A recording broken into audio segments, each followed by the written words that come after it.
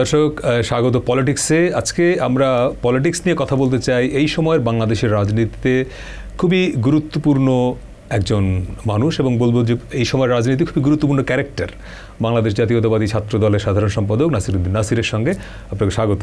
জি, আপনাকে স্বাগত। শুরু করি এভাবেই, আপনার দলের সভাপতি, তাকে নিয়ে গত কয়েকদিন ধরে একটা রিউমার বলেন, গুঞ্জন বলেন, গুজব বলেন সোশ্যাল মিডিয়ায় আছে যে তাকে সরিয়ে দেওয়া হয়েছে। এর মধ্যে আবার গতকালকেই অর্থাৎ শনিবার সম্ভবত আপনারা একটা বিবৃতি দিলেন যে তিনি ডাক্তারের পরামর্শে পূর্ণ বিশ্রামে আছেন।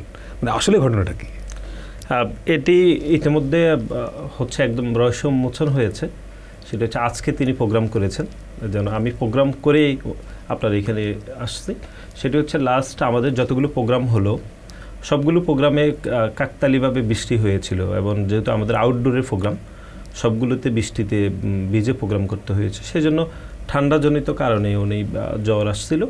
সেজন্য দলের সর্বোচ্চ সিদ্ধান্ত ছিল, উনিও চেয়েছেন যে কয়েকদিন বিশ্রামে থাকতে, এবং তারই পরিপ্রেক্ষিতে বিশ্রামে ছিল। এবং এটি খুবই দুঃখজনক যে কয়েকটি গণমাধ্যম খুবই ভুলভাবে সংবাদ পরিবেশন করেছে এবং বিভিন্ন প্রোপাগান্ডা করেছে এবং প্রোপাগান্ডাতে অনেকে যুক্ত হয়েছেন।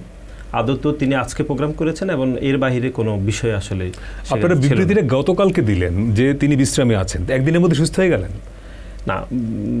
বিষয় হচ্ছে যে যেই দিনই আসলে প্রোপাগান্ডাটি অ্যারাইজ হয়েছে সেদিনই প্রথম শুরুতে আমি সামাজিক যোগাযোগ মাধ্যমে স্ট্যাটাস দিয়েছি। পরে আমার চিন্তা ছিল যে একটি দলীয় হচ্ছে বার্তা থাকা উচিত, যেহেতু আমি অনেকদিন ধরেই ছিলেন তার একদিন আগে থেকে। আচ্ছা, তো পরবর্তী সময়ে আমরা দলীয় বিবৃতি দিয়েছি এবং বিবৃতির মাধ্যমে এটি আমরা পরিষ্কার করতে সক্ষম হয়েছি। কিন্তু তার বাহিরে দেখলাম যে ব্যাপক প্রোপাগান্ডা তৈরি হয়েছে এবং এটি খুব উদ্বেগের যে সংবাদ মাধ্যমগুলোকে আরও যাচাই বাছাই করে সংবাদ পরিবেশন করলে সেটি বৃহত্তর স্বার্থে বা জাতির সাথে এটি বেশি কল্যাণকর হবে বলে মনে হয়। কিন্তু এই গুঞ্জনটা উঠলো কেন? আপনাকে নিয়ে তো গুঞ্জনটা ওঠে নাই, মানে তাকে নিয়ে এই গুঞ্জনটা উঠলো কেন আসলে? গান ওই যে বলে যে যা কিছু রটে কিছু বটে, মানে কিছু বটে তো না, এখানে কোনো কিছুই ঘটে নাই, সেজন্য কোনো কিছু রটেও না। রটেছে কিন্তু সেটি মিথ্যা রটেছে। এটি কেন ঘটেছে আমি ঠিক জানি না। দুই একজন সামাজিক যোগাযোগ মাধ্যম স্ট্যাটাস দিয়ে প্রোপাগান্ডাটা শুরু করেছে, তারপরে দুই একটি গণমাধ্যম আমরা দেখেছি এটি করেছে। সাধারণ সম্পাদক হিসাবে আমি যেটি দায়িত্বহীনভাবে বলতে চাই, তিনি অসুস্থ ছিলেন এবং আমাদের ভারপ্রাপ্ত চেয়ারম্যান, আমি আরেকটু পরিষ্কার করি, ওনাকে বলেছেন যে কয়েকদিন বিশ্রাম থাকতে। সেই জন্য বলেছেন আমাদের যিনি সিনিয়র সহসভাপতি রয়েছেন তাকে 2-3 দিন ধরে ওনার কাজগুলো করতে বলেছেন।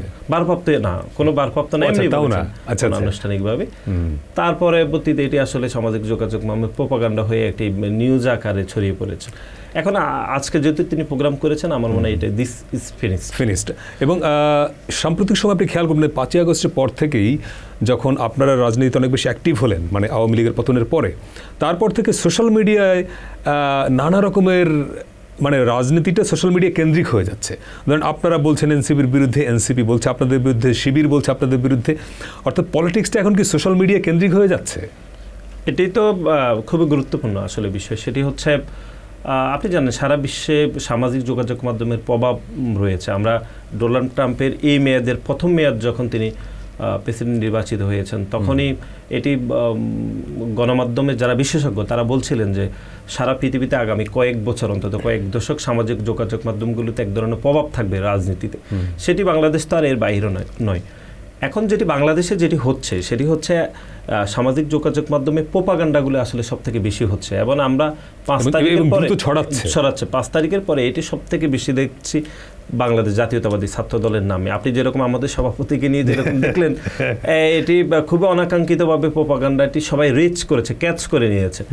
এবং আমরা দেখছি বিভিন্ন জায়গায় না আমাদের নেতা কর্মীদের নামে ব্যাপক হারে প্রোপাগান্ডা করছে। এখন এটি শুধুমাত্র ধরুন বাহিরের লোকজন করছে সেরকম না, অনেক সময় আমরা বলতে বাধ্য হচ্ছে আমাদের দলের মধ্যে এক ধরনের প্রতিযোগিতা থাকে নেতৃত্বের, সেই প্রতিযোগিতার অংশ হিসাবে অনেকে এগিয়ে যেতে চায়।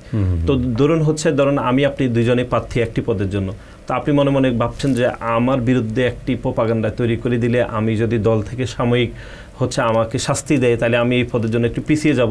সুতরাং কিছু দলের নেতাকর্মীরা এরকম হচ্ছে এই যে নিউজ করানো, একটা মিথ্যা নিউজ তৈরি করতে হচ্ছে এলিমেন্ট হিসাবে কিছু নেতাকর্মীরাও কাজ করে। তার মানে দলের ভেতরেই এই পলিটিক্সটা আচ্ছা, কিছু কিছু জায়গা আছে, এটা অস্বীকার করার উপায় নেই, কিন্তু আলটিমেট কিন্তু এই যে প্রোপাগান্ডা করে একটা নিউজ হয়, কিন্তু আলটিমেট দল কিন্তু সার্বিকভাবে ক্ষতিগ্রস্ত হয়। গত 5 আগস্টের পর থেকে ছাত্র দলের বিরুদ্ধে একটা বিরাট অভিযোগ হচ্ছে যে চাঁদাবাজি। বলাই হচ্ছে যে ছাত্রলীগ যেসব জায়গায় চাঁদাবাজি করত, জাস্ট ব্যক্তি চেঞ্জ হয়েছে বা সিস্টেম একই রকম আছে। ধরুন এটি দুইভাবে আমরা বলছি। একদম যে নেতাকর্মীরা ভুল ত্রুটি করছে না, আমরা সেটি অস্বীকার করছি না, করছে, কিন্তু তার বিপরীতে আমরা শক্ত অবস্থান গ্রহণ করছি, এটা হলো এক। আর দুই হচ্ছে যে মাত্রায় প্রোপাগান্ডা হচ্ছে, যে আপনি যেটার কথা বললেন, সেই মাত্রায় কিন্তু এরকম কেউ রিসিভ করছে না। সামান্য একটি নিউজকে দুই একটি গণমাধ্যম এটাকে নিউজ করানো হয়, তারপর সেগুলো বিভিন্ন বট আইডি দিয়ে বাংলাদেশ জাতীয়তাবাদী ছাত্রদলের নামে বিভিন্ন প্রোপাগান্ডা তৈরি করা হয়।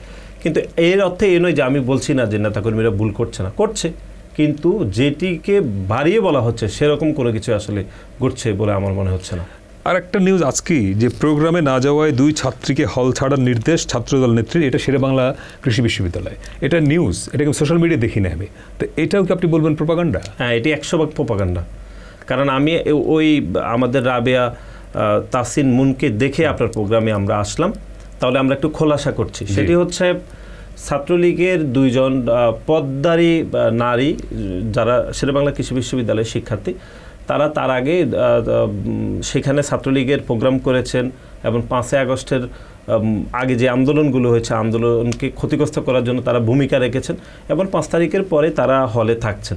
সুতরাং রাবেয়া তাসিন মুন ছাত্রলীগের ওই 2 কর্মীর সাথে তার এক ধরনের কথা কাটাকাটি হয়েছে, যে রাজনীতি নিয়ে, যে তোমরা আগে ছাত্রলীগ করতা, এখনও থাকছো, বা বিভিন্ন বিষয় নিয়ে। এটাকে টার্গেট করে একটা নিউজ করেছিল ডেইলি ক্যাম্পাস নামে একটি অনলাইন পোর্টাল, এবং এটিকে আমরা দেখছি এক ধরনের সাবোটাইজ করে, বা এই পুরো ঘটনাকে একটা মার্জিনাইজ করে একটা নিউজ করানো হয়েছিল, এবং সেটি সামাজিক যোগাযোগ মাধ্যমে হাইপ করা হয়েছে যে মিছিলে না যাওয়ার কারণে ছাত্রদলের 2 নারী শিক্ষার্থীকে বের করে দেওয়ার অপচেষ্টা করা হয়েছিল। কিন্তু ঘটনা যেটি ঘটেছে সেটি হচ্ছে, এই ঘটনার পরপরে রাবেয়া তাসিন মুনকে সামাজিকভাবে হেনস্থা করা হয়েছে, তার ব্যক্তিগত নাম্বারটি অনলাইনে ছড়িয়ে দেওয়া হয়েছে, এবং তার ছবিকে বিকৃত করে ইন্টারনেটে ছড়িয়ে দেওয়া হয়েছে, এবং পরক্ষণে তিনি হচ্ছে মানসিকভাবে এত ক্ষতিগ্রস্ত হয়েছেন, পরে এখনও 2 দিন ধরে হসপিটালে রয়েছেন। আমি ওনাকে দেখেই জাস্ট আপনার এই শোতে আসছি। সুতরাং ঘটনা ঘটেছে, দেখুন ছাত্রলীগের 2 নেত্রীকে, তার সাথে কথা কাটাকাটি হয়েছে। নিউজ এরকম হতে পারতো, কিন্তু নিউজ হয়েছে উল্টা, যে 2 শিক্ষার্থীকে মিছিলে না যাওয়ার জন্য হল ছাড়ার হুমকি দিয়েছেন। সুতরাং 2টি ঘটনা কিন্তু 2 রকম। কিন্তু এটি খুবই দুঃখজনকভাবে 2-1টি গণমাধ্যম এটি সংবাদ পরিবেশন করেছে। এইটার দেখা দেখি অন্য 2-1টি গণমাধ্যমে সংবাদ পরিবেশন করছে। ক্যাম্পাসে আমরা যেটা দেখেছি এর আগের সরকারের আমলে, যে ছাত্রলীগের একচ্ছত্র একটা প্রভাব, এখন আমাদের ক্যাম্পাসগুলোতে পাবলিক বিশ্ববিদ্যালয়ের কথা যদি আপনি বলেন, সেখানে জাস্ট উল্টো আমরা দেখছি যে ছাত্রদল সেখানে প্রভাব বিস্তার করছে, কোথাও কোথাও শিবির। মানে রাজনীতিটাকে এই যে যখন যে দল ক্ষমতায় থাকবে, এখন তো কোনো দলীয় সরকার ক্ষমতায় নাই, আপনারা এখনও তো ক্ষমতায় আসেন নাই, তাহলে ছাত্রদল সমস্ত ক্যাম্পাস দখল করে ফেললো কী করে, বা অধিকাংশ জায়গায় এটা কী করে সম্ভব হলো? না, আমি আপনার সাথে একদম দ্বিমত প্রকাশ করছি। বাংলাদেশের কোনো ক্যাম্পাস, কোনো ছাত্র সংগঠনের দখল যে অর্থে আপনি বলছেন সেভাবে দখল নয়, মানে 5 তারিখের কোনো সংগঠনের নাই। যেটি আমরা মনে করছি সেটি হচ্ছে, ধরুন রাজশাহী বিশ্ববিদ্যালয় বা চিটংয়ের কিছু শিক্ষা প্রতিষ্ঠানে শিবির প্রভাব বিস্তার করার অপচেষ্টা করছে, আমরা দেখছি রাজশাহী বিশ্ববিদ্যালয়, চিটং বিশ্ববিদ্যালয়। কিন্তু বাংলাদেশের কোনো বিশ্ববিদ্যালয়ে, কোনো ক্যাম্পাস, কোনো ছাত্র সংগঠন দ্বারাই নিয়ন্ত্রিত নয় বলে আমি আপনাকে নিশ্চিত করছি। হয়তো কেউ কেউ সেখানে হয়তো প্রভাব বিস্তারের চেষ্টা করছে, কারণ আপনি ঢাকা বিশ্ববিদ্যালয়, চট্টগ্রাম বিশ্ববিদ্যালয় বা যে কোনো বিশ্ববিদ্যালয়ে এখন স্বাভাবিক নিয়মে শিক্ষার্থীরা মেধার ভিত্তিতে সিট পাচ্ছে। আমি অন্তত আমার জায়গা থেকে বলতে পারি, বাংলাদেশ জাতীয়তাবাদী ছাত্রদল বাংলাদেশের কোনো ক্যাম্পাসে নিয়ন্ত্রণ যে অর্থে আপনি বলছেন সে অর্থে কোনো নিয়ন্ত্রণ করার কোনো চেষ্টাও করছে না। ক্যাম্পাসে ছাত্রদল এখন কি করতে আসলে? ক্যাম্পাসে ছাত্রদল, ধরুন আমরা যদি ঢাকা বিশ্ববিদ্যালয়কে মার্জিন করি, আমি যদি কথা বলি, তাহলে ঢাকা বিশ্ববিদ্যালয় গত 1 মাসে কি কাজ করলো? আমরা 1 মাসে ধরুন গত কয়েকদিন ধরে সাম্য হত্যাকাণ্ডের বিষয়ে আমরা কাজ করেছি। ধরেন আমাদের আন্দোলন সংগ্রামগুলো চলছে, যে নিয়মতান্ত্রিক যে প্রোগ্রামগুলো। এর আগে ঢাকা বিশ্ববিদ্যালয়ের ছাত্রদল 3টি হলে কমপক্ষে আমি জানি, মহসিন হলে, তারপরে মুজিব হল, মুক্তিযুদ্ধ জিয়া রহমান হলের আবাসন সংকট নিরসনে বিশ্ববিদ্যালয়ের ভাইস চ্যান্সেলর বরাবর তারা স্মারকলিপি দিয়েছে। এর আগে আমরা দেখেছি সাধারণ শিক্ষার্থীদের জন্য পানি ফিল্টারিংয়ের জন্য তারা অনেকগুলো পানি ফিল্টার বসানো কাজ করেছে। এগুলো ঢাকা বিশ্ববিদ্যালয়ে ছাত্রদল এগুলো করে থাকে এবং এটি অন্য বিশ্ববিদ্যালয়গুলো একইভাবে চলছে। কিন্তু গতানুগতিক যে দখলের যে সংজ্ঞায়িত করছেন সেটি বাংলাদেশ জাতীয়তাবাদী ছাত্রদল কোনোভাবে করছে না। বরং আমরা যেটি দেখছি রাজশাহী বিশ্ববিদ্যালয় সহ চট্টগ্রামের বিভিন্ন কলেজ, বিশেষ করে Chittagong college, commerce college, Mohsin কলেজে ছাত্র শিবির এক ধরনের নিয়ন্ত্রণ করার অপচেষ্টা করছে, কিন্তু সেখানে বাংলাদেশ জাতীয়তাবাদী ছাত্রদল কোনোভাবে কোনো কিছু নিয়ন্ত্রণ করার চেষ্টা করছে না। আপনি ঢাকা ইউনিভার্সিটির কথা বললেন, কালকেই সেখানে ছাত্রদলের ঢাকা বিশ্ববিদ্যালয় শাখা একটা সংবাদ সম্মেলন করে তারা অভিযোগ করেছে যে সাম্য হত্যা, যার কথা আপনি বললেন, যে এই ঘটনায় পুলিশ এক ধরনের গাফিলতি করছে, তারা প্রকৃত আসামিদেরকে ধরে না এবং ক্যাম্পাসে নিরাপত্তা নিশ্চিত করতে না পারার দায়ে তারা, মানে ছাত্রদল বিশ্ববিদ্যালয় শাখা, তারা ভিসি এবং প্রক্টরের পদত্যাগ চেয়েছে। মানে এই বিশ্ববিদ্যালয় শাখা ছাত্রদলের এই অবস্থানকে আপনারা কেন্দ্রীয় ছাত্রদল মানে কিভাবে দেখেন? না, আমরা তো একদম শতভাগ দেখছি এবং এই যে ঢাকা বিশ্ববিদ্যালয় ছাত্রদল যে প্রোগ্রাম করেছে সেগুলোর সব কিছু তো আমাদের মতামতের ভিত্তিতেই হচ্ছে। এটি তো আমাদের সিন অফ কমান্ড। মানে বিশ্ববিদ্যালয় শাখা ছাত্রদল যা চাচ্ছে আপনারা সেই চাওয়ার সঙ্গে শতভাগ একমত এবং এটি প্রেস লিস্ট তৈরি করা বা বাকি সার্বিক বিষয় তো কেন্দ্রীয় ছাত্রদল অনুমোদন সাপেক্ষে বিশ্ববিদ্যালয় এটি করেছে। এটি আমরা, আপনি খেয়াল করেছেন শাহরিয়ার আলম সাম্য হত্যাকাণ্ডের পরবর্তীতে প্রথমে 3 জন, পরবর্তী সময় আরও 3 জন, পরবর্তী সময় আরও 3-4 জন, টোটাল 8 জন, হ্যাঁ, যাদেরকে গ্রেপ্তার করা হয়েছে। সামগ্রিকভাবে কিন্তু বিশ্ববিদ্যালয়ের শিক্ষার্থীরা কোনোভাবে যারা গ্রেপ্তার হয়েছে তাদের বিষয়ে সন্তুষ্ট না যে তারা প্রকৃত আসামি কিনা, একটা সন্দেহ রয়েছে। এবং আমরা আজকে গণমাধ্যমে আমি দেখেছি যে একজন বলেছেন যে তিনি সাক্ষ্য দিতে এসেছিলেন, তাকেও আসামি করা হয়েছে। মানে এই সন্দেহটা কেন? মানে ধরুন যখন সাম্য ওখানে ছুরিকাঘাতের শিকার হন, এরকম কেউ কি দেখেছে যে হ্যাঁ ওই ব্যক্তিটা খুন করেছে? অর্থাৎ আপনারা কেন সন্দেহটা করছেন যে পুলিশ যাদেরকে ধরছে এরা প্রকৃত আসামি না? সেটা মনে হচ্ছে কেন? প্রথমত হচ্ছে দুইটি। একটি হচ্ছে প্রথম যে 3 জনকে গ্রেপ্তার করা হয়েছে সেই 3 জন গ্রেপ্তার করার 4-5 দিন পরেও আমরা আসলে কেন সাম্যকে হত্যাকাণ্ডের শিকার হলো বা বাকি 3 জন যে গ্রেপ্তার হলো, এটাতে একটা মোটিভ থাকে, একটা লজিক্যাল সাবসিকুয়েন্ট আমরা আসলে খুঁজে পাইনি যে এই কারণে তাকে হত্যা করা হয়েছে বা কি স্বার্থ থাকতে পারে। গণমাধ্যমে আসছে যে কথা কাটাকাটির জেরে এরকম, আমরা এতে খুব বেশি সন্তুষ্ট হয়নি এবং সাম্যর পরিবার, তার সহপাঠীরা আসলে কেউ সন্তুষ্ট হতে পারেনি। তারা মনে করছেন এটি আরও নিবিড় তদন্ত দরকার বা হচ্ছে আসামিদের যে জবানবন্দি থেকে যে তথ্য বেরিয়ে আসছে সেখানেও আমরা ছাত্রদলের সহকর্মী হিসাবে আমরা সন্তুষ্ট না, তার পরিবার সন্তুষ্ট না, তার সহপাঠীরা কেউ আসলে সন্তুষ্ট না। পুলিশের উচিত আরও অধিকতর তদন্ত করা এবং বিশ্ববিদ্যালয় প্রশাসনের উচিত যে এই বিষয়ে সামগ্রিকভাবে বিশ্ববিদ্যালয়ে আরও শক্ত অবস্থান নেওয়া উচিত শাহরিয়ার আলম সাম্যের বিষয়ে। এবং কেউ কি এরকম প্রশ্ন তুলছেন যে যদি কথা কাটাকাটির জেরে ছুরিকাঘাত করা হয়, তার মানে যিনি ছুরিটা দিয়ে আঘাত করেছেন তিনি অপরাধী? কারণ সাধারণ স্বাভাবিক মানুষ তো পকেটে ছুরি নিয়ে ঘোরেন না। তাহলে 2 জন লোকের সঙ্গে তর্কাতর্কি হলে একজন লোক ছুরিকাঘাত করলেন, তার মানে যার পকেটে ছুরিটা ছিল তার কোনো ইল মোটিভ ছিল। তাহলে মানে ব্যাপারটা এই কারণে সন্দেহ হচ্ছে যে ওই স্পটে কি করে ছুরিকাঘাত করলো, ঘটনার এক। দ্বিতীয়ত ব্যাপারটা এরকম কিনা যে সাম্যকে খুন করার জন্যই তারা আগে থেকেই এসছে। মানে আপনারা স্পেসিফিক সন্দেহ করেন কোনটাকে আসলে? দেখুন, এটা খুবই গুরুত্বপূর্ণ। এর আগে আমরা একটু পিছনে যেতে চাই। এর আগে আপনি জানেন যে আমাদের বেসরকারি বিশ্ববিদ্যালয়ের আরেকজন আমাদের সহকর্মী পারভেজকেও ছুরিকাঘাত করে হত্যা করেছে, যেটা বনানীতে আপনি জানেন বৈষম্যবৃদ্ধি ছাত্র আন্দোলনের 2 জন নেতাকর্মীদের জড়িত। এরপরে আমরা দেখেছি শাহরিয়ার আলম সাম্য, তারপরে আমরা নোয়াখালীতেও আমরা ছাত্রদলের একজন আমাদের সহকর্মীকে ছুরিকাঘাত করে হত্যাকাণ্ডের শিকার হতে হয়েছে। আমরা লালমনিরহাটও দেখেছি, ঘটনাগুলো কাছাকাছি এবং প্রত্যেকটি ছুরিকাঘাত। এই জন্য আমরা প্রথমে এটি মনে করছিলাম এটি পরিকল্পিত হত্যাকাণ্ড হতে পারে রাজনৈতিকভাবে, কিন্তু যাদেরকে গ্রেপ্তার করা হয়েছে বা গ্রেপ্তার পরবর্তী সময়ে যে আমি যেটি একটু আগেও বলছি যে সিকুয়েন্টলি ঘটনার যে ধারাবাহিকতা আমরা স্পষ্ট লক্ষ্য করিনি, সেজন্য আমাদের কাছে মনে হয়েছে এখনো পর্যন্ত প্রকৃত আসামি আসলে গ্রেপ্তার হয়নি। আপনারা কি স্পেসিফিক কোনো রাজনৈতিক দলকে সন্দেহ করেন যে এরা যুক্ত থাকতে পারে? না, আমরা ওরকম মনে করছি না। আমরা মনে করছি যেহেতু এটি এখনো তদন্তে রয়েছে, পুলিশ চেষ্টা করছে আরও বেশি তদন্ত করা উচিত, সেজন্য আমরা মনে করছি যে এটি শাহরিয়ার আলম সাম্য হত্যাকাণ্ডের প্রকৃত আসামিদেরকে আসলে গ্রেপ্তার করা উচিত।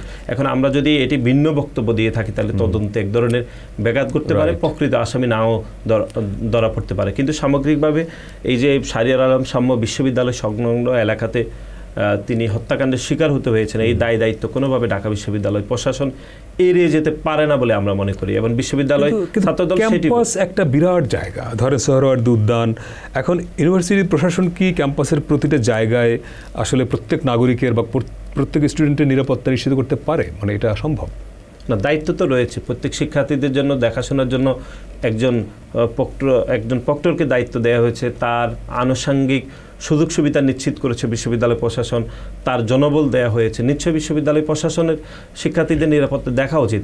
শুধু তো এই ঘটনা এই প্রথম ঘটেনি, তাহলে আপনি সে কথা বলছেন, তাহলে আমরা ঢাকা বিশ্ববিদ্যালয়ের আবাসিক হলে তোফাজ্জল নামে একজন মানসিক ভারসাম্য পিটিয়ে হত্যা করেছে, সেই দায়িত্ব কি বিশ্ববিদ্যালয় প্রক্টর নেবেন না? তিনি যদি মনে করেন বিশ্ববিদ্যালয় 100 হাত দূরে হচ্ছে একটা হত্যাকাণ্ডের দায় তিনি নিচ্ছেন না, তাহলে তোফাজ্জল হত্যাকাণ্ডের দায় তিনি নেবেন না? এর আগেও তো অনেকগুলো ঘটনা ঘটেছে। আমরা দেখেছি যে মেট্রো রেলের যে খুনি শেখ হাসিনার গ্রাফিতি ছিল সেটি প্রকাশ্যে দিনে দুপুরে মুছে দেওয়া হয়েছে। আমরা সারুকলাতে পয়লা বৈশাখে দেখেছি খুনি শেখ হাসিনার মোটিভকে গায়েব করে দেওয়া হয়েছে, তোফাজ্জল হত্যাকাণ্ড হয়েছে।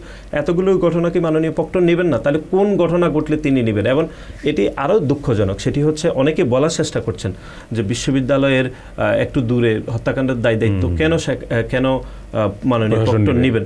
তাহলে আমরা একটু স্মরণ করে দিতে চাই, আপনাদেরই সহকর্মী সাগর রুনি যখন হত্যাকাণ্ডের শিকার হতে হয়েছিল, তখন আমরা দেখেছি সেই খুনি শেখ হাসিনা বলেছে কারো বেডরুমের দায়িত্ব নিতে পারবো না। এই যে পদ্মা দিয়ে আড়াল করে দেওয়া হয়েছে, পদ্মা দিয়ে আলাদা করে দেওয়া হচ্ছে, দায় নিতে না চাওয়ার। আপনি দায় না নিতে চাইলে তো এরকম কথাবার্তা বলবেন, এটা খুবই দুঃখজনক।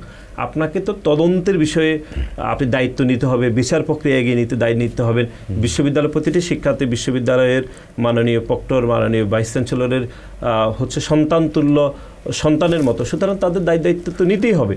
এবং না নেওয়া এইসব কথাবার্তা তো খুবই দুঃখজনক, এবং বিচার না করা অর্থাৎ দায়িত্ব না নেওয়ারই সামিল বলে আমরা। এই ঘটনার পরে ভিসি বলেছেন যে ক্যাম্পাসে বহিরাগতদের প্রবেশ নিয়ন্ত্রণ করা হবে, এবং আমরা দেখেছি যে 5ই আগস্টের পরে ক্যাম্পাসে এক ধরনের নিয়ন্ত্রণ কিন্তু আছে।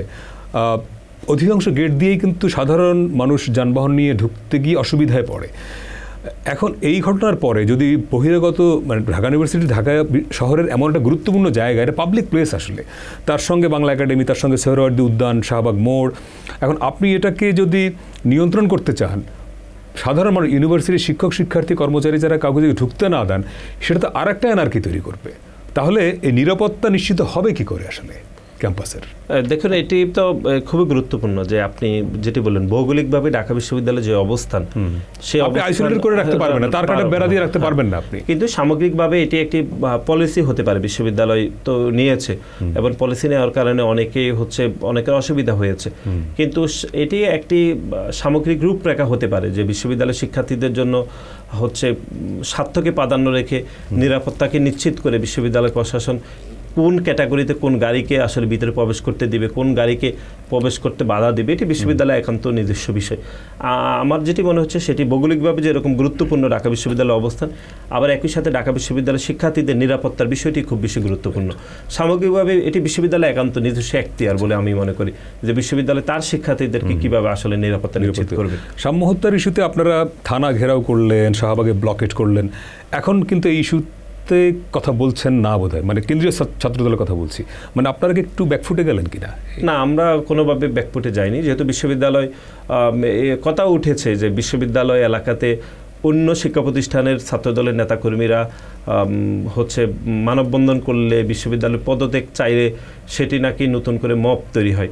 এগুলো হচ্ছে যে আপনি শাহরিয়ার আলম সাম্যের বিচার, হত্যাকাণ্ডের বিচার চাইবেন না, বা আপনি চান না ছাত্রদলের একজন নেতাকর্মী খুন হয়েছে তার বিচার আপনি না চাইলে আপনি এরকম কথাবার্তার ইন্ট্রোডাকশন করতে পারেন। এরকম আমরা দেখেছি যে ছাত্র শিবিরের বিভিন্ন নেতাকর্মীরা হচ্ছে তারা বলার চেষ্টা করছেন। আমরা তো এর আগে আপনি জানেন যে খুলনা প্রকৌশল এবং প্রযুক্তি বিশ্ববিদ্যালয় ভাইস চ্যান্সেলরকে নিয়ে যে ঘটনা ঘটলো, তখন তো আপনি ঢাকা বিশ্ববিদ্যালয়ে এসে বিভিন্ন শিক্ষা প্রতিষ্ঠানের শিক্ষার্থীরা এসে আপনি ভাইস চ্যান্সেলর পদত্যাগ চেয়েছেন। বাংলাদেশের সকল বিশ্ববিদ্যালয়ে, শহীদ মিনারে, সকল বিশ্ববিদ্যালয়ে আপনি হচ্ছে পদত্যাগ চেয়েছেন, তখন তো একবারও বলা হয়নি এটা মব হয়েছে। এখন ঢাকা বিশ্ববিদ্যালয়ের একজন শিক্ষার্থী, তাও নিয়মিত শিক্ষার্থী, এখানে বিশ্ববিদ্যালয় এলাকায় সংলগ্ন এলাকাতে খুন হয়েছে। এখন অন্য শিক্ষা প্রতিষ্ঠানের শিক্ষার্থীরা যদি বিচার চায়, আপনি বলেন যে এটি বহিরাগত, এটি খুবই দুঃখজনক। এরকম কথাবার্তা হচ্ছে যে বিচারহীনতার সংস্কৃতি আপনি শুরু করতে চান। আপনি ছাত্রদলের যে শাহরিয়ার আলম সাম্যকে শুধুমাত্র ছাত্রদলের নেতাকর্মী হিসাবে আপনি ট্রিট করছেন, প্রতিপক্ষ হিসেবে শিক্ষার্থী সেটা আপনি ট্রিট করছেন। এবং ঢাকা বিশ্ববিদ্যালয় প্রশাসনও দুঃখজনকভাবে মনে হচ্ছে যে শাহরিয়ার আলম সাম্যকে শুধুমাত্র ছাত্রদলের নেতাকর্মী হিসেবে মূল্যায়ন করার কারণে এখনো প্রকৃত আসামি গ্রেপ্তার হয়নি। এটি খুবই উদ্বেগের এবং খুবই দুঃখজনক। মানে আপনাদের এখন অবস্থান কি হবে সাম্য ইস্যুতে? আমরা তো ধরুন শাহরিয়ার আলম সাম্য আমাদের সহকর্মী ছিলেন, এবং একই সাথে হচ্ছে জুলাই এবং আগস্টে আপনি গণমাধ্যমে দেখেছেন, সাংবাদিক যুগ একদম ফ্রন্ট লাইনে, একদম পিছনে থেকে না, একদম ফ্রন্ট লাইনে তিনি হচ্ছে অংশগ্রহণ করেছেন, নেতৃত্ব দিয়েছেন। এরকম একজন শিক্ষার্থী, ছাত্রদলের নেতা যে খুন হলো, এটি খুবই দুঃখজনক এবং এটি খুবই মর্মান্তিক। আমার মনে হচ্ছে সরকারের হচ্ছে এই বিষয়ে আরও শক্ত অবস্থান নেওয়া উচিত। কিন্তু দুঃখজনকভাবে যেটি মনে হচ্ছে সেটি হচ্ছে সরকার এক ধরনের উদাসীন রয়েছে। আপনি জানেন শিবির এটাকে এক ধরনের প্রোপাগান্ডা তৈরি করছে যে এত রাতে কেন শাহরিয়ার আলম সাম্য শরদ্দি উদ্যানে গিয়েছে, তারপরে সেখানে মাদক কেনা বেচা হয়। এই কথাবার্তাগুলো হচ্ছে তার চরিত্র হননের চেষ্টা। কেন শরদ্দি উদ্যানে ঢাকা বিশ্ববিদ্যালয়ের শিক্ষার্থীরা রাত 12টার পরে যাচ্ছেন না? অনেকে তো যাচ্ছেন, অনেকে তো খাওয়ার খেতে যাচ্ছেন, খাওয়ার বিক্রি হয়। সুতরাং আমাদের মনে হচ্ছে এরকম কথাবার্তা বলা উচিত না। এগুলো সামগ্রিকভাবে হচ্ছে আমাদের পারস্পরিক সম্পর্ক বিনষ্টের কারণ হতে পারে এরকম কথাবার্তায়। ক্যাম্পাসে আপনার ছাত্র সংসদ নির্বাচনটা অনেক দিন ধরেই হচ্ছে না আসলে, এই বিষয়ে ছাত্র দলের অবস্থান কি? মানে আপনারা কি মনে করেন যে আগামী জাতীয় সংসদ নির্বাচনের আগেই অন্তত বড় প্রতিষ্ঠানগুলো ছাত্র সংসদের ইলেকশন হওয়া উচিত? আমরা তো এখনো জানি না যে জাতীয় ইলেকশন আসলে কখন হবে, কারণ প্রধান উপদেষ্টা তো বলেছেন ডিসেম্বরের মধ্যে তিনি বলেছেন যে আগামী বছর, না প্রথম তিনি বলেছেন ডিসেম্বরের মধ্যে করবেন, এটা ওয়াদাবদ্ধ হয়েছে। পরে আমরা দেখলাম হঠাৎ করে চায়না যাওয়ার পরে তিনি হচ্ছেন চায়না যাওয়া, ওইখানে গিয়ে বললেন জুনের মধ্যে করবেন। এবং তিনি অবশ্যই দেশে কোনো সংবাদ মাধ্যমকে অবশ্যই তিনি কোনো সাক্ষাৎকার দেন না। আমরা দেখি বিদেশে গেলে তিনি শুধু সাক্ষাৎকার দিয়ে থাকেন। বাংলাদেশে অনেক সাক্ষাৎকার দিয়েছেন, খুবই কম। না, প্রথম আলো, নিউজ, বেশিরভাগই বিদেশের সংবাদ মাধ্যমে তিনি দিয়ে থাকেন। এবং তিনি যে ওনার ওয়াদা বরখেলাপ করেছেন যে তিনি ডিসেম্বরে না দিয়ে জুনের মধ্যে দিবেন, এরকম এটি খুবই সন্দেহাতীত মনে হচ্ছে। এবং এতে মনে করি জাতীয় নির্বাচন সংশয় তৈরি করছেন। আপনারা মনে করছেন না যে জুনের মধ্যে নির্বাচন হবে? মনে করছেন না? না, এটা উনি স্পেসিফিক করতে পারে উনি কবে নির্বাচন করবেন, এবং তিনি ডিসেম্বরের মধ্যে তো করবেন, তিনি ওয়াদাবদ্ধ হয়েছেন। এবং আমরা না, তিনি বলেছেন যদি রাজনৈতিক দলগুলো কম সংস্কার চায় তাহলে ডিসেম্বরের মধ্যে, বেশি সংস্কার চাইলে জুনের মধ্যে। ওনার কথাটা ছিল এরকম না? প্রথম তিনি এত কথা বলেননি, তিনি বলছেন ডিসেম্বরের মধ্যে করবেন। আর সংস্কার তো চলমান রয়েছেই, সংস্কার কি বাকি 6 মাসে সব শেষ করে ফেলতে পারবেন ডিসেম্বরে যদি না হয়? আমার মনে হচ্ছে এটি হচ্ছে নির্বাচন না দেওয়ার যে এক ধরনের অপচেষ্টা চলছে। নির্বাচন না করে ক্ষমতায় যদি থাকা যায়, যেরকম খুনি শেখ হাসিনা একটা যা তা নির্বাচন দিয়ে তিনি হচ্ছে ক্ষমতা থাকতে চেয়েছেন, তার এক ধরনের প্রতিরূপ আমরা এখন লক্ষ্য করছি। আসলে আমরা পয়েন্টে আসলাম। আমরা ইলেকশনের বিষয়ে কথা বলবো, যে ধরে নিই যে ইলেকশনটা জুনে হবে, ধরা যাক, তাহলে আপনারা কি মনে করেন যে এর আগে ছাত্র সংসদ নির্বাচন হওয়া উচিত নাকি জাতীয় নির্বাচনের পরে? দেখুন, ছাত্র সংসদ নির্বাচনের সাথে ন্যাশনাল ইলেকশনের হচ্ছে এই যে এটা আগে পরে এরকম কোনো বিষয় ঘটা উচিত বলে আমরা মনে করি না। আমাদের মনে হচ্ছে বিশ্ববিদ্যালয় প্রশাসন যখন মনে করবে ছাত্র সংসদ নির্বাচন তারা দিবে, তখনই দিতে পারে। বিশ্ববিদ্যালয় প্রশাসন যদি মনে করে 2 মাসের মধ্যে দিবে, কারণ জাহাঙ্গীরনগর বিশ্ববিদ্যালয় ইতিমধ্যে একটা সময় দিয়েছে। সুতরাং এটা পারস্পরিক বিশ্ববিদ্যালয় প্রশাসনের উপরে বিষয়। এটি তো সরকার তো কোনো নিয়ন্ত্রণ করার চেষ্টা করছে না। সরকার চাচ্ছে যে ছাত্র সংসদ নির্বাচন হওয়া উচিত। প্রত্যাশাটা কি? মানে ছাত্র দলের একটা অবস্থান থাকবে না যে ছাত্র সংসদ নির্বাচন নিয়ে ছাত্র দলের অবস্থান হচ্ছে এই? দেখুন, জাহাঙ্গীরনগর বিশ্ববিদ্যালয় দিয়ে যদি আমরা শুরু করি, জাহাঙ্গীরনগর বিশ্ববিদ্যালয়ের মাননীয় ভাইস চ্যান্সেলর বলেছেন যে ছাত্রলীগের যে বিচার প্রক্রিয়াটা মোটামুটি শুরু করে তিনি ছাত্র সংসদ নির্বাচন করবেন, এবং তিনি ছাত্র সংসদ নির্বাচনের বিষয়ে ইতিমধ্যে একটি ডেট করেছেন। এর মধ্যে তিনি বলেছেন যে অন্তত ছাত্রলীগের চিহ্নিত যে সন্ত্রাসীরা রয়েছে তার বিচার প্রক্রিয়াটা তিনি শুরু করবেন। তিনি কথা দিয়েছেন, যদি তিনি এটা শুরু করতে না পারেন, তিনি বলেছেন নির্বাচন তিনি আর একটু পিছিয়ে দিবেন। এখন আমরা দেখছি যে ছাত্রলীগের সন্ত্রাসীদের বিচার প্রক্রিয়া আদৌ কত দূর হলো, কিন্তু আমরা জাহাঙ্গীরনগর বিশ্ববিদ্যালয়ে অতি দ্রুত সময়ের মধ্যে আমরা নির্বাচনের দাবি করেছি, এখনো আজকেও এখানে করছি। এবং ঢাকা বিশ্ববিদ্যালয়ের নির্বাচনের বিষয়ে আমরা ইতিমধ্যে আমাদের ছাত্রদলের পক্ষ থেকে অনেকগুলো সংস্কারের বিষয়ে আমরা রূপরেখা দিয়েছি, আমরা অনেকগুলো দাবি জানিয়েছি। শুধু এটি ছাত্রদল নয়, বাংলাদেশের অন্য ছাত্র সংগঠনগুলো একই দাবি মোটামুটি তারাও দাবি করেছে। সুতরাং বিশ্ববিদ্যালয় প্রশাসন সবাই হচ্ছে দাবিগুলোকে বিশ্লেষণ পর্যালোচনা করে তারা দ্রুত সময়ের মধ্যে ছাত্র সংসদ নির্বাচন করতেই পারে। এতে তো আমরা সহযোগিতা করছি, আমরা প্রতিটি মিটিংয়ে থাকছি, মতামত দিচ্ছি, এটি তো দ্রুত নির্বাচন করার জন্য আমরা তাদেরকে সহযোগিতা করছি। সুতরাং আমাদের দিক থেকে কোনো অসহযোগিতা নেই। মানে আপনারা চাপও দিচ্ছেন না, অসহযোগিতা করছেন না, আমরা সহযোগিতা করছি তাড়াতাড়ি করার জন্য। আচ্ছা, আপনি একটা শব্দ বলেছেন সংস্কার। গত 10 মাসে সবচেয়ে সম্ভবত বেশি উচ্চারিত শব্দ সংস্কার। একজন রাজনৈতিক কর্মী হিসেবে এবং সাধারণ নাগরিক হিসেবে এই সময়কালে আপনি দেশে কি সংস্কার দেখলেন? আমি সংস্কার দেখেছি যে বিভিন্ন উপদেষ্টাদের পিএসরা এখন 2-4 কোটি 5-10 কোটি টাকা দুর্নীতি করে না, মানে 100, 200, 300 কোটি টাকা দুর্নীতির সংস্কার আমি দেখছি, যে দুর্নীতি করেছে এরকম সংস্কার দেখেছি। এর বাইরে আমার চোখে কোনো তাদের বিরুদ্ধে ব্যবস্থা নেওয়া হয়েছে? কোনো ব্যবস্থা নেওয়া হয়নি। তারা তো ওই পদে নেই, তারা পদে নেই, দুদক তাদেরকে তলব করেছে, সম্ভবত মামলাও হবে। অতীতে সরকারের সাথে তুলনা করেন যে আগে তো কারাপশন করলে তার বিচার হতো না, এখন তো সাথে সাথে বিচার হচ্ছে না, এটা এক ধরনের না। আপনি সন্তুষ্ট যে একজন উপদেষ্টার পিএস 500 কোটি টাকা 150-200 কোটি টাকা দুর্নীতি করছে, তাকে শুধু সরিয়ে দেওয়া হয়েছে, এইটুকুতে আপনি সন্তুষ্ট? এই দুর্নীতিটা কি প্রমাণিত? অভিযোগ তো উঠেছে, গণমাধ্যমে অভিযোগ উঠেছে, তারপরে হচ্ছে কালকে অভিযোগ উঠতে পারে যে নাসির 200 কোটি টাকা চুরি করেছে, তাহলে অভিযোগ তো কেউ একটা ফেসবুকে তুলে দিল, তাহলে সেটা কি তাহলে হয়ে গেল যে হ্যাঁ নাসিরউদ্দিন 200 কোটি টাকা চুরি করেছে? না, কিন্তু ঘটনা হচ্ছে যাদের নামে অভিযোগ রয়েছে তারা ওইসব ঘটনায় ব্যাপকভাবে সংশ্লিষ্ট ছিল। এখন আমার নামে যদি 200 কোটি টাকার অভিযোগ উঠে, আমি তো ওইসব ঘটনা সংশ্লিষ্ট ছিলাম না, বা আমাকে কেউ হচ্ছে এই যে 200 কোটি টাকা যেটি বললেন, আমি এইসব ঘটনার সাথে সম্পৃক্ত না, ওনারা তো ওইসব ডিলিংয়ের সাথে জড়িত ছিলেন, অথবা যেই 200 কোটি টাকা ওনাদের নামে অভিযোগ উঠছেন সেগুলোর একটি তাত্ত্বিক প্রমাণও রয়েছে যে এই খাত থেকে ওনারা হচ্ছে দুর্নীতি করেছেন এরকম। কিন্তু আমি মনে করি এটি তদন্ত হওয়া উচিত। কিন্তু অভিযোগ যেহেতু উঠেছে, ওনাদেরকে সরিয়ে দিয়েছেন, যে ঘটনাতে একদম শতভাগ মিথ্যা নয় সেটি প্রমাণ এখন সরকারই উচিত, তাদেরকে প্রমাণ করা উচিত। তার মানে আপনি কোনো ইতিবাচক সংস্কার গত 10 মাসে দেখেননি? আমার চোখে তো কোনো সংস্কার মনে হয়নি। আমরা দেখেছি যে সংস্কার হয়েছে রাষ্ট্র ক্ষমতায় থেকে সরকারের চরম পৃষ্ঠপোষকতা করে একটি রাজনৈতিক দল গঠিত হয়েছে, এবং প্রায় গত 9 মাসে প্রায় 12টি আরও 2 ডজন রাজনৈতিক দল গঠিত হয়েছে। এর বাইরে খুব বেশি সংস্কার আমার খুব মনে হয়নি। তবে নিয়মতান্ত্রিকভাবে যে আমাদের যে কিছু যে আমাদের সাংবিধানিক প্রতিষ্ঠানগুলো ছিল সেগুলো পুনর্গঠন হয়েছে, বা সেগুলো স্বাধীনভাবে কাজ করার চেষ্টা করছে আমাদের হাইকোর্ট, সুপ্রিম কোর্ট, নির্বাচন কমিশন, পিএসসি, সেগুলো আমার কাছে ইতিবাচক মনে হয়েছে। কিন্তু যে সংস্কারের বিষয়ে ব্যাপক আলাপ আলোচনা হচ্ছে সেগুলো মোটা দাগে খুব বেশি হয়েছে বলে আমার চোখে খুব একটা বেশি পড়েনি। আপনি যেই রাজনৈতিক দলকে ইঙ্গিত করলেন, জাতীয় নাগরিক পার্টি এনসিপি, তারা খুবই নতুন দল, এখনও নিবন্ধন পায় নাই। আপনি বলছেন যে সরকারের পৃষ্ঠপোষকতায়, সেটাও এক ধরনের পারসেপশন আছে। কিন্তু এই দলটি যে যারা এখন পর্যন্ত নিবন্ধিত হয় না, ওই অর্থে বড় দল না, কিন্তু আমরা দেখছি যে এনসিপি বাংলাদেশের এই মুহূর্তে সবচেয়ে বড় দল, বিএনপির প্রধান প্রতিদ্বন্দ্বী হয়ে উঠছে। এবং আপনারাও ছাত্রদলের নেতারাও যখন কথা বলেন এনসিপিকে সামনে আনেন, এনসিপি যখন কথা বলে তারা ছাত্রদলকে ইঙ্গিত করে।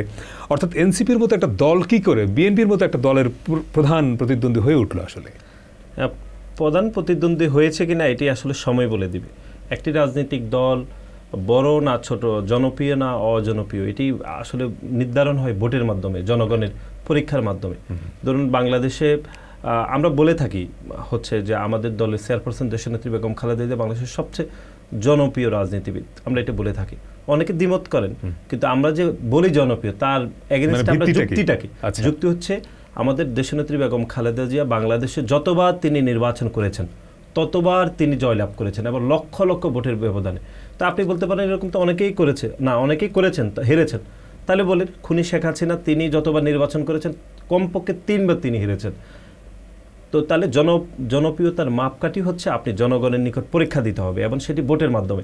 একটি রাজনৈতিক দল এবং জনগণের মধ্যে সেতুবন্ধন হচ্ছে নির্বাচন এবং মতামত। এর বাইরে আর কোনো সেতুবন্ধন নেই। রাজনৈতিক দল জনগণের মধ্যে আর কোনো সম্পর্ক তৈরি হয় শুধুমাত্র ভোটের মাধ্যমে। সুতরাং এই যে আপনি নতুন যে রাজনৈতিক দল গঠিত হয়েছেন তারা প্রধান প্রতিদ্বন্দ্বী হয়েছে কিনা এটি আমরা ভোটের পরে আমরা বুঝতে পারবো। এখন তারা সরকার পৃষ্ঠপোষকতা করছে, আপনারা গণমাধ্যমের কর্মী হিসাবে তাদেরকে গুরুত্ব দিচ্ছেন, সেই জন্য আমাদের মনে হচ্ছে যে তারা বিভিন্ন কথাবার্তা বলছে, অথবা আমরা তো অন্যভাবে বলছি যে গণঅভ্যুত্থানের একক মালিকানা চিন্তাই করে যে নতুন রাজনৈতিক দল গঠিত হয়েছে, তারা সরকারের পৃষ্ঠপোষকতা হয়েছে, গণমাধ্যম তাদেরকে গুরুত্ব দিচ্ছে, সেজন্য তারা এখন হাই পেয়ে রয়েছে। কিন্তু প্রধান প্রতিদ্বন্দ্বী হয়েছে কিনা, বড় শক্তি হয়েছে কিনা, সেটি কিন্তু নির্বাচনের মাধ্যমে যেতে হবে। নির্বাচন ব্যতীত আপনি কি বড় দল নাকি ছোট দল না মধ্যম দল, সেটি পরীক্ষা করার আর কোনো উপায় কিন্তু নেই। আপনি বলেছেন গণ অভ্যুত্থানের মালিকানা।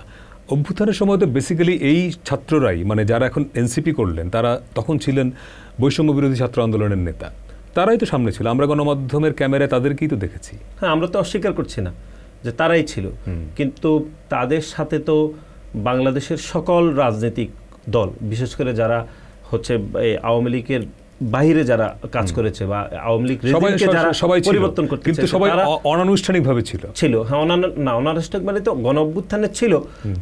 তারা যারা নেতৃত্ব দিয়েছে তারা তো নেতৃত্ব দিয়েছে, কিন্তু তাদের নেতৃত্ব তো মেনে, যেমন আমরাও তাদের নেতৃত্ব মেনে অংশগ্রহণ করেছি। এবং শুধু আমাদের বাংলাদেশ জাতীয়তাবাদী ছাত্র দলের 100-র অধিক নেতাকর্মী শহীদ হয়েছে গণ অভ্যুত্থানে। সুতরাং আমরা তো অস্বীকার করছি না যে তারা নেতৃত্ব দিয়েছেন, কিন্তু আপনি যে সেই গণ অভ্যুত্থানের ওই সাইনবোর্ডটা তো আপনি চিন্তাই করেছেন।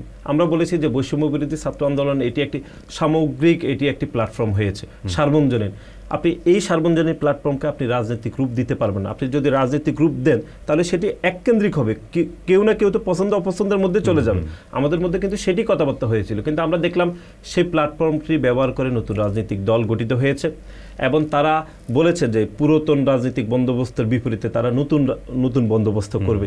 আমার তো এই জায়গায় দ্বিমত রয়েছে। আপনি নতুন বন্দোবস্ত রাজনীতির অর্থ এই নয় যে আপনাকে নতুন রাজনৈতিক দল গঠন করতে হবে।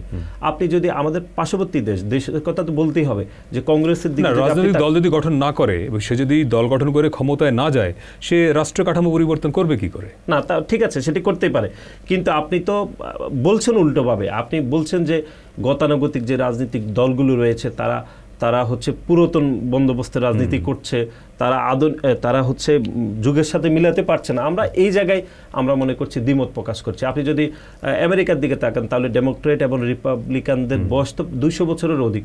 তারা কি যুগের সাথে তাল মিলিয়ে চলছে না? তারা কি আমেরিকা যারা ইয়াং জেনারেশন রয়েছে তাদের ডিমান্ড ফিল করতে পারছে না? আপনি পাশের দেশ কংগ্রেসের দিকে তাকান, কত বছর ধরে তারা যুগের সাথে তাল মিলিয়ে চলছে না, সংস্কার করছে না। আপনি এত দূরে না, আমরা যদি কাছাকাছি আসেন আমাদের দলের দিকে তাকিয়ে দেখেন, তার অর্থ কি যে কেউ নতুন দল করবে না? না, করছে তো। 2 ডজন রাজনৈতিক দল তো গঠিত হয়েছে, কিন্তু তারা তো বলছে উল্টো যে নতুন রাজনৈতিক বন্দোবস্ত হচ্ছে নতুন রাজনৈতিক দল গঠন করতে হবে। পুরাতন যে রাজনৈতিক দলগুলো রয়েছে তারা হচ্ছে ঠিকঠাকভাবে কাজ করতে পারছে না, এটাই তো তারা হাইপ করছে। এটা হাইপ করে এই কথা তারা বলবেই না, এটা হাইপ করে তো তারা প্রোপাগান্ডা করছে। কিন্তু এখন আপনি বলেন যে নতুন যে রাজনৈতিক দল গঠিত হয়েছে সে রাজনৈতিক দলের ধরন বা মোটিভ বা ফাংশনটা পুরাতন যে রাজনৈতিক দলগুলো রয়েছে তাদের থেকে আলাদা কিনা বা তাদের থেকে উচ্চতর কিনা, আপনাকে সেটা দেখতে হবে। আমরা কি এমন কিছু দেখছি যে ধরুন নতুন রাজনৈতিক দলের পলিটিক্যাল ফাংশন বা তাদের ক্যাম্পেইন অথবা হচ্ছে তাদের ফরেন পলিসি, তাদের হচ্ছে ইকোনমিক ফাংশন কি পুরাতন রাজনৈতিক দল থেকে কোনো কিছু আলাদা? আপনি দেখেছেন যে জনাব সারজিস আলম 200 গাড়ি নিয়ে তিনি হচ্ছে তার এলাকায় গিয়েছেন, অথচ আগের যে আমরা ঈদ দেখলাম সেখানে তিনি ট্রেনে গিয়েছিলেন, যেতেই পারেন। আমরা দেখেছি যে হান্নান মাসুদ পাজেরো গাড়ি নিয়ে ওনার এলাকা হাতিয়াতে চলে গেছেন, যেখানে কেউ গাড়ি নিয়ে আসলে নদীপথে যায় না। আমরা তো এরকম দেখছি হাজার হাজার কোটি টাকা এখন তাদের বিরুদ্ধে দুর্নীতির অভিযোগ দেখছি, তাদের উপদেষ্টাদের এক একজনের শত শত কোটি টাকা দুর্নীতির অভিযোগ পাচ্ছি, যদি এটি তদন্তের বিষয় রয়েছে। মানে নতুন বন্দোবস্তের কথা বলা হলে পুরনো সিস্টেমই আছে, পুরনো সিস্টেমে তো রয়েছে, আমরা তো নতুন কিছু দেখছি না। এটি আমাদের মনে হচ্ছে যে এটি তাদের আরো পরিবর্তন করা উচিত। এবং তারা, আপনারা দেখবেন যে তাদের যদি আপনি সমালোচনা করেন যে আপনাদের এটা ঠিক হচ্ছে না বা এটা পুরাতন ধারার মতো হচ্ছে, তারা সেই সমালোচনা নিতে পারবে না। বরং তাদের সমালোচনাকে জাস্টিফাই করার জন্য তারা বলবে যে বিএনপি এটা করছে, জাতীয় পার্টি এটা করছে, জামাত এটা করছে, এটা করে তাদের বুড়িগুলোকে একদম মার্জিনাই করার চেষ্টা করা হয়। তার মানে এনসিপিকে আপনারা প্রতিদ্বন্দ্বী মনে করছেন না? না, আমরা তো কোনোভাবেই প্রতিদ্বন্দ্বী মনে করছি না। প্রতিদ্বন্দ্বী মনে করতে হলে তো আগে নির্বাচনে যেতে হবে, নির্বাচনের বাইরে প্রতিদ্বন্দ্বিতার কোনো সুযোগ নেই। বাংলাদেশে এখন তো অনেক রাজনৈতিক দল গঠিত হয়েছে, গত 9 মাসে তো 2 ডজন হয়েছে। প্রতিদ্বন্দ্বী অপ্রতিদ্বন্দ্বী যেতে হলে নির্বাচনে যেতে হবে, নির্বাচনের বাইরে। সেই নির্বাচনটা কবে হবে? আমরা তো বারবার বলছি যে প্রধান উপদেষ্টা বলেছেন ডিসেম্বরের মধ্যে নির্বাচন হওয়া উচিত। আপনারা ডিসেম্বরেই আছেন, কিন্তু হ্যাঁ, ডিসেম্বরে নির্বাচন না হলে আপনারা কি করবেন? আমরা বিশেষ করে আমি যেটি মনে করি সবসময় সেটি হচ্ছে যে এই যে গণ অভ্যুত্থান পরবর্তী যে সরকার, এই সরকার তৈরি হয়েছে, এই সরকারের যে প্রেক্ষাপট সেটি হচ্ছে 2014, 2018 এবং 2024-এর যে 3টি গণতান্ত্রিক নির্বাচন হওয়ার বিপরীতে যে অগণতান্ত্রিক অবৈধ নির্বাচন হয়েছিল, সেই নির্বাচনগুলো যদি সবাই ভোট দিতে পারতো, আপনি আমি ভোট দিতে পারতাম, জনগণের সরকার যদি থাকতো, তাহলে 2024-এ কখনই গণ অভ্যুত্থান হতো না। সুতরাং গণ অভ্যুত্থানের প্রেক্ষাপটই হচ্ছে যে এই 3টি জাতীয় নির্বাচন ঠিকঠাকভাবে হয়নি। সুতরাং এখন গণ অভ্যুত্থান পরবর্তী সরকারের প্রথম ম্যান্ডেট হওয়া উচিত একটি জনগণের সরকার প্রতিষ্ঠা করার জন্য একটি সঠিক নির্বাচন ব্যবস্থা করা। কিন্তু সরকার কি সেই জায়গায় রয়েছে? সরকার যেটি দরকার নেই, যেটি একটি নির্বাচিত সরকার করা উচিত, একদম খোলামেলা সহজ সরল চোখে যেটি দেখা যাচ্ছে সেটি করা উচিত, সেটি না করে সরকার অনেক বেশি সময় নিয়ে ক্ষমতাকে দীর্ঘায়িত করছে এবং একটি নতুন রাজনৈতিক দলকে হচ্ছে তারা ক্ষমতায় বসানোর জন্য অথবা তাদেরকে এক ধরনের সুবিধা পেয়ে দেওয়ার জন্য তারা সময় দীর্ঘায়িত করছে বলে আমাদের মনে হচ্ছে। এবং এটি তো এই যে আওয়ামী লীগ তো তারা নির্বাচন না করে যেন নির্বাচন দিয়ে তারা ক্ষমতায় থাকতে চেয়েছে। এখন এই সরকার নির্বাচন না দিয়ে দীর্ঘ সময় ধরে ক্ষমতায় থাকতে চায়, তাহলে দুইটার মধ্যে তো আর কোনো আলাদা আমরা যদি থাকতে চায় এবং থাকে, আপনারা কি করবেন? দেখুন, আমরা তো এখনো আন্দোলনের মধ্যে রয়েছে। আমরা গত 15 বছর ধরে আন্দোলন করেছি, আমরা আন্দোলন করব, আন্দোলনের তো বিকল্প নেই। মানুষ তার জনগণ একটি রাজনৈতিক দল জনগণের সরকার প্রতিষ্ঠা করতে চাইবে, এটি খুবই স্বাভাবিক। যদি জনগণের সরকার প্রতিষ্ঠা করতে না চাই সেটি অস্বাভাবিক। আমরা চাইবো, আমরা আন্দোলন সংগ্রাম করব। একটা আলোচনা রাজনীতিতে আছে যে ইসলামিক দলগুলো, সেটা জামাত ইসলামী, ইসলামী আন্দোলন বাংলাদেশ, হেফাজত ইসলাম পলিটিক্যাল পার্টি না হলে বড় শক্তি তো, এবং এনসিপি, এরা সবাই যদি একদিকে চলে যায়, বিএনপি আলাদা হয়ে একদিকে থাকে, সরকারও যদি দলগুলোর সঙ্গে থাকে, তাহলে বিএনপি মাঠে কতক্ষণ টিকে থাকবে আসলে? না, বাংলাদেশে তো শুধু ডিসেম্বরের মধ্যে নির্বাচন বিএনপি চায় না এরকম না। এই যে হাইপ তৈরি হচ্ছে যে প্রধান উপদেষ্টা জাপানে গিয়ে গণমাধ্যমে বলেছেন, এটি খুবই দুঃখজনক। ওনার জায়গা থেকে আমার মনে করি এটি শপথভঙ্গের শামিল। বাংলাদেশে শুধু বাংলাদেশ জাতীয়তাবাদী দল বিএনপি শুধু ডিসেম্বরের মধ্যে নির্বাচন চায় না, আরও 57টি রাজনৈতিক দল ডিসেম্বরের মধ্যে নির্বাচন চায়। এবং বিএনপি তো শুধু এই যে আন্দোলনের মধ্যে রয়েছে, যুগপৎ আন্দোলনের মধ্যে রয়েছে, বিএনপির এই সম্ভাবনা প্রতিটি রাজনৈতিক দল ডিসেম্বরের মধ্যে নির্বাচন চায়। সুতরাং আমার মনে হচ্ছে যে প্রধান উপদেষ্টা প্রতিটি রাজনৈতিক দলের সাথে আলাপ আলোচনা করা উচিত, আলাপ আলোচনা করে দ্রুত সময়ের মধ্যে উনি সিদ্ধান্ত জানানো উচিত। এবং বিশেষ করে উনি যে জাতির নিকট ওয়াদাবদ্ধ হয়েছেন দ্রুত নির্বাচন দিবেন, ডিসেম্বরের মধ্যে দিবেন, সেটি ওনার পূরণ করা উচিত বলে আমার মনে হয়। এবং বিএনপি, যেটা বলা হয় বিএনপি, জামাত এবং এনসিপি তো এই সময় সবচেয়ে কার্যকর রাজনৈতিক দল। এনসিপি যদিও নিবন্ধিত না, আপনারা প্রতিদ্বন্দ্বী মনে করছেন না, কিন্তু তারা তো গুরুত্বপূর্ণ নানা কারণেই। এই 3টি দল এক হয়ে যদি নির্বাচনের রোডম্যাপ ঘোষণার চাপ সরকারের উপরে প্রয়োগ না করে, তাহলে সরকার নির্বাচনের দিকে যাবে না, এরকম একটা পারসেপশন আছে। যদি তাই হয়, তার কোনো সম্ভাবনা আছে এনসিপি, জামাত, বিএনপি একসঙ্গে নির্বাচনের কথা বলবে? দেখুন, অন্য কেউ কি বলবে সেটি তো আর আমরা বা আমাদের জানার বিষয় না। আজকে আমরা দেখেছি যে জামাত ইসলাম নিবন্ধন ফিরে পেয়েছে, সুতরাং তারা তো নিবন্ধনই এতদিন ছিল না, সুতরাং তারা তো চাইবে নির্বাচন পিছানোর জন্য, বা তাদের কনফিডেন্স আসতেছে না জনগণের, তারা মনে করছে জনগণ হয়তো তাদেরকে ভোট দিবে না, সেই জন্য তারা চায় আর একটু সময় নিয়ে জনগণের নিকট আরও যেতে।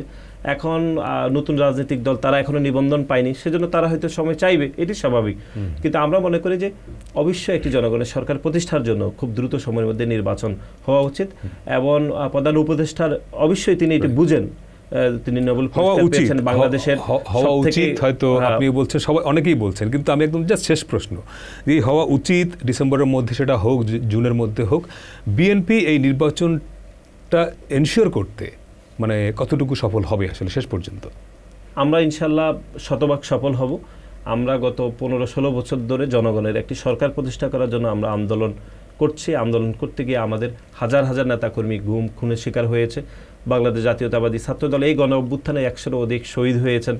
আমাদের জাতীয় পর্যায়ে নেতাদেরকে গুম করে দেওয়া হয়েছে শুধু একটি জনগণের সরকার প্রতিষ্ঠা করার জন্য। সুতরাং আমাদের যে লড়াই, বিশেষ করে আমাদের দলের চেয়ারপারসন দেশনেত্রী বেগম খালেদা জিয়া, আমাদের দলের ভারপ্রাপ্ত চেয়ারম্যান জনাব তারেক রহমানের এই যে লড়াই, সেটি হচ্ছে জনগণের একটি সরকার প্রতিষ্ঠা করা, গণতন্ত্রের জন্য একটি অন্তর্ভুক্তমূলক রাষ্ট্র ব্যবস্থা তৈরি করার জন্য, যেখানে সব মানুষের সমান অধিকার থাকবে।